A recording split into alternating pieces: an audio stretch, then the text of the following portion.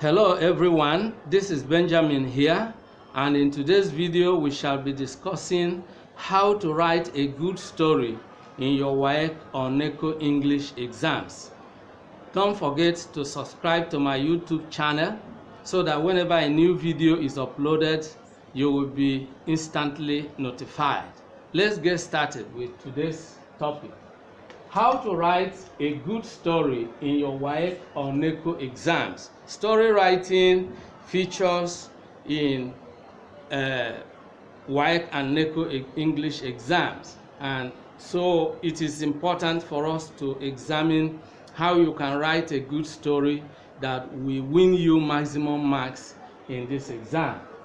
The first step to take in writing this story is to choose the title or the topic, and you need to choose the topic or the subject that you know and can discuss easily.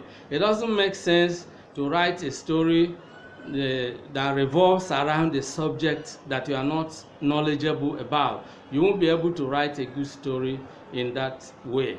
So choose a title or a topic that you are familiar with, that you are knowledgeable about, and that you can discuss very easily. Now, the second is to identify the purpose. And when we are talking of the purpose here, of course, in your Waec or Neco English exams, story writing is always based on a given theme. You are given a thought or an expression or a saying or a group of words or a major idea, and then you are expected to invent a story that revolves around that major idea. For example, you might be asked to write a story that illustrates the saying, "Look before you leap," or write a story that illustrates the saying, "Prevention is better than cure." Or you might be asked to write a story that ends with the words, "If I had known, I wouldn't have gone out with him." So you are already giving a thematic preoccupation, and so even the title or the topic is already provided. Your topic is derivable from the saying or the quotation or the group of words that you have already been given. But your duty at this point is to identify the purpose of your story based on the idea that you are already given. Let's assume that you are asked to write a story that illustrates the saying, "Look before you leap." Now, what will be the purpose of this kind of story? The purpose of the story will be to show the danger of acting or taking action without weighing the consequences. Look before you leap, which means before you do something, you have to examine the outcome of that action. So the purpose of this story will be to discourage people from taking rash actions or embarking on something that will lead them to regret. So that is the purpose of the story, and identifying the purpose of the story actually gives you a sense of direction, so that it gives you idea as to the kind of story you want to invent. And having done that, the next step is to identify the experience. Every meaningful story is about a human experience, something that happened to someone, something that affected someone. So, and there is need for you to look back in your past, look into your past, go down memory lane and see if you can identify a particular experience that can be related to the kind of story you are expected to invent. Because as a student, or at the final year in secondary school, whether you are 17 years old, 18 years old, no matter how old you are. Of course, within the period you have lived on earth, you have experienced certain things, and you have heard a lot of things, that other people narrated to you, which were their personal experiences or the experiences of other people that they got to know about. You have a lot of information stored in your subconscious mind, and all you need to do is to engage your mind within a short period of time, and of course the ideas will come flowing naturally from your memory bank. So that is why planning is very important, because you must give it a thought before you start writing. Then you'll be able to identify the experience. Of course, if you are unable to identify the experience from something that really happened, of course you can identify the experience from your imagination. But the most important thing is that the experience you need to identify must be experience that is related to the happenings within the human society, so that it will be believable and it will be fascinating. People can relate with a story that documents true experiences that are true to life. And that is really very important. So once you have identified the experience you want to talk about, for instance, something happened to you when you were in the junior secondary school, or something happened to you when you were in the primary school, or something happened in the place where you live, things like this can give you a good story. Because once you can identify it, that is something that really happened, then of course you can, you can fine-tune it and make it the basis for your story. And of course, a story is not complete without input from your imagination as well. So that is exactly the way it is. Having done that, the next thing you need to do is to prepare the pre-writing notes. Now, when we say pre-writing notes, the writing process is made up of 3 major stages: pre-writing, writing, and rewriting. Pre-writing is the stage where you plan. Writing a story is like building a good house. And if you are going to build a house, you need to sit down and draw a plan. So the site engineer who is going to build a good house ought to go with the building plan, which already spells out how many rooms, where the balcony will be, the kind of roof and all that. If he jumps into the site without a drawing plan, he will be groping in the dark. And the same thing happens if you jump into writing a story in your Waec or Neco exam without planning it. You may write up till the middle and you go blank, and you feel like canceling that and starting again. This has happened to a lot of people. So you must plan. And then there are 5 essential ingredients that need to be contained in your pre-writing notes. The first is the setting. The setting refers to the place and time of the actions in that story. Where did it happen? When did it happen? Of course, in journalism, we have what we call the 5 W's and H that enable us to unlock ideas for a news story, or for a story, or for a report. And this can also be useful to you, in story writing.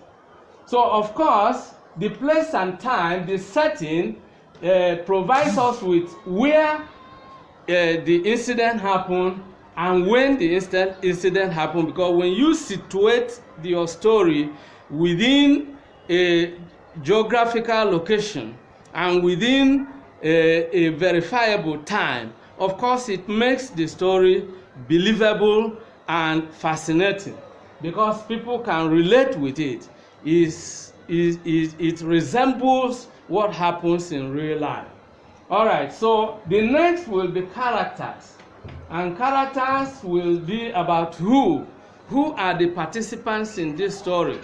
Let's assume you are writing a story that ends with the words, "If I had known, I wouldn't have gone out with him." Of course, the narrator is the principal character in this story, because you are telling a story that is showing an experience that happened to you.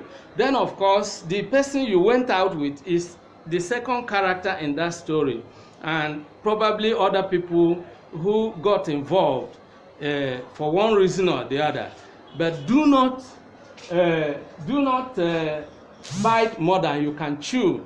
Let the characters be few, so that the story can, be manageable within the time limit allowed in that exam. Now, having identified the characters, you write them down, and then the next thing will be the plot, which will be the events, what exactly happened. So this has to do with what exactly happened and how did it happen. That exactly is what plot is about. And then the conflict. For a story to be interesting, it needs to have conflict. It may not necessarily be a physical confrontation between two characters. It could be just a serious problem involving this principal character. Let's assume a friend asked you to go out with him to somewhere, and you never knew he planned with people who were going to kidnap you. Of course, if you have gone through that kind of experience, so that actually is a conflict, because at the time they surrounded you and took you away, you were plunged into a serious problem, and that is a conflict. So that conflict has to be highlighted, and it has to come out. The conflict has to come out while when you are telling exactly how this incident happened. The conflict has to do with what happened and how it happened. That highlights the conflict, and that actually is what captures the interest of the reader, because conflict will create suspense. By the time the reader gets to know the situation, the very serious situation, very dangerous situation, life-threatening situation facing the principal character, of course the reader will be emotionally involved, and we want to know what is going to happen next to this particular person, and how is this problem going to be solved. So conflict is a major ingredient of a very fascinating story, and you need to actually ensure that you highlight the conflict. Then the next ingredient in your pre-writing notes that you must figure out is the theme, and that is exactly the why. For the story actually to become meaningful, of course, let me say this: Waec and Neco, as examination bodies, wants the candidates to write what we call a didactic literary piece in story writing. A literary piece that is didactic teaches a moral lesson, and that's what Waec or Neco wants. Your story must teach a lesson about life. What does this experience teach? Now, if you have written a story that ends with the words, "If I had known, I wouldn't have gone out with him," of course, what did you learn from that experience? That's exactly the theme. You can say, what happened taught me not to be gullible. In other words, I should not believe everything that a friend tells me, but rather I should examine everything, and I should, weigh the actions of whatever step I want to take. I didn't know that the person who invited me out was a member of a gang. If I had known, I wouldn't have gone out with him. So that's the lesson you need to highlight, and that is all about the team, So that is always an essential part of the story that will win you marks in the Waec or Neco exam. Now, once you are through with your pre-writing notes, in the Waec exam, of course, is permissible for you to use one of the pages of your answer script and use it as a rough sheet of paper. Write your pre-writing notes. It could be the last page of your answer script. Jot down the ideas you want to use for this story. At the end, you cancel it out neatly. It is allowed. Now, once this is done, then you write the story, making sure that you give your story a definite shape, a definite structure. A good story must have three major parts: the introduction, the beginning, which is the introduction, the middle, which is the body, and the ending, which is the conclusion. And that is exactly how your story is to be written. And once you are through with the actual writing, you make sure you proofread your story, cross-check what you have written to ensure that you identify whatever grammatical errors of spelling that are in it, and then you correct them and fine-tune everything that will ensure that your essay is correct. And once you have done that, then you can submit, and you'll be able to win maximum marks in your story writing or in your essay writing in your Waec or Neco exam. Now, that is exactly giving you some hints on how to write a good story in your Waec or Neco English exams. That's how it has been in today's video. Don't forget to subscribe to my YouTube channel. There are series of video lessons that we upload in this channel. So if you subscribe, whenever a new video is uploaded, you will get instant notification and you will have free access. So don't forget too that if you are interested in obtaining a copy of How to Score High in Your English Exams, you can use my email address and write to me, benjamininfo33@gmail.com. If you request for a copy of this book, you specify if you want to buy it directly on Amazon.com. I will send you a link that you can paste on any Google search engine that will take you directly to my bookshelf on Amazon.com. So you will obtain a copy of the book. Of course, you will also have the opportunity of getting to see other books that I have published on Amazon, and you can make your choice.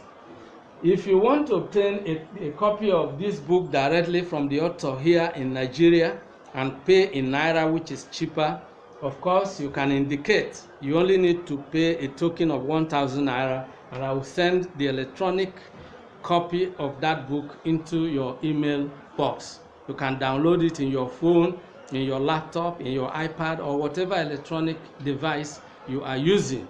So I want to thank you for watching today's video.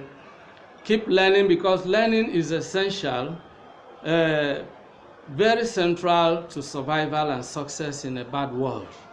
Stay safe and remain blessed. See you in the next video, and bye-bye for now.